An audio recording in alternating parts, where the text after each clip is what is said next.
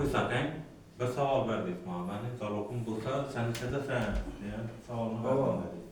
Sizda zaloq bo'lishi mumkin, pul bo'lmasligi mumkin. Mumkin. Tamam, Balki tamam. pulini ham bo'ladi. Tamam. Endi sizda agarda tadbirkorlikni bo'lsa, zaloqsiz barq bilaman. Tadbirkorlikni bo'lmay jismoniy shaxs bo'ladigan bo'lsangiz, jismoniy shaxsning kafilligi bilan barq bilaman. Kafillikdan qanoat etmaydigan bo'lsa, bir narsa kafillik bilan adashmasam 76 millionmi, taxminan 70 million atrofi bor olaman. Kafillik keyin 56 million. 56 million kafillik bilan barq bilaman. 70-80 million atrofi zaloq bilan barq bilaman. Zaloq bilan bundan ham ko'proq berishim mumkin. Zalog'ga necha zalog qo'yish kerak deb so'rayapman-da, shuni. Nisbatan. Zaloq nima uchun? Qarang, davlat sizga 56 milliondan ishonib berib turibdi. Tamam. Bundan yuqorisini ishonchni bildirsa, riskli darajasi oshadi. Faraz eting, hozir siz 50 kilovat qo'yaman desangiz, o'rtacha 200 million pul oladi. Tamam. O'rtacha. 200 million siz mabodo to'laman deyishingiz qiyin, to'layman deysiz.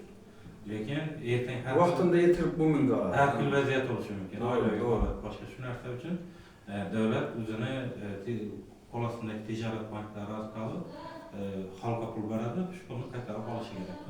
Shu pulni qaytarib olish uchun zalog ta'minoti so'raladi. Agarda yo'q, azamat menda ta'minot yo'q desangiz, faqat yani 56 milliondan olib turish tavsiya etaman. 56 million sanasam, va men buni o'zi qoplaydi.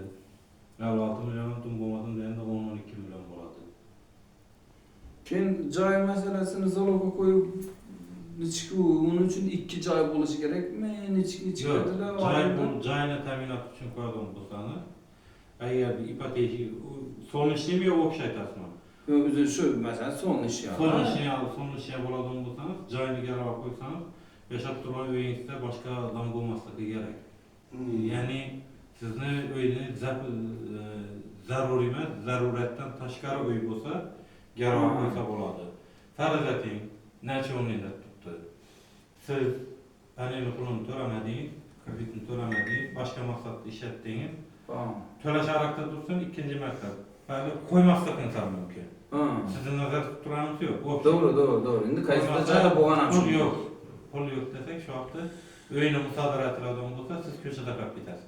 Fuqaroni yashash tizimidan xalaqit bermasligimiz kerak-da. Tushunarli, bo'ldi. Maqsad shu. Shu ashunda ikki joyni bo'lsa qo'ysa bo'ladi deb, ikki joy bo'lishi shart emas. Ikki joy bo'lishi shart emas. Misol, siz ota-onangiz yonida yashashingiz mumkin. Qaysidir, endi misol, qaysidir